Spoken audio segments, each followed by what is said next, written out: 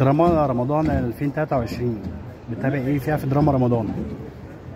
دراما رمضان مع الاسف انا مشغوله، ما تابعتش حاجات كتير فيها، لكن هبتدي اتابع لاني فضيت خلاص. اكتر سلبيه شايفاها في الدراما المفروض تبقى مش موجوده؟ ايه؟ اكتر سلبيه شايفاها في الدراما حاليا او في الوقت الحالي؟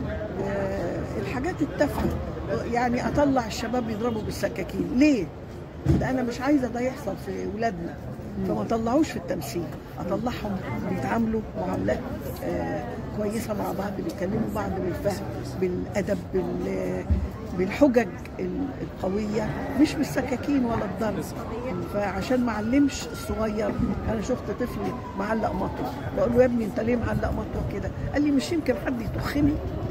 رحت لامه وزعقت لها، قلت لها ما يصحش تسيبي ابنك شايل مطوه عشان يقول الكلام ده، ممكن يأذي نفسه.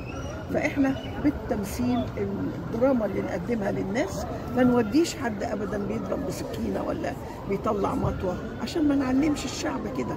لازم نأدي الحاجات المظبوطه اللي بالتفاهم بالعقل بالقرايه بالعلم يستفيدوا مننا.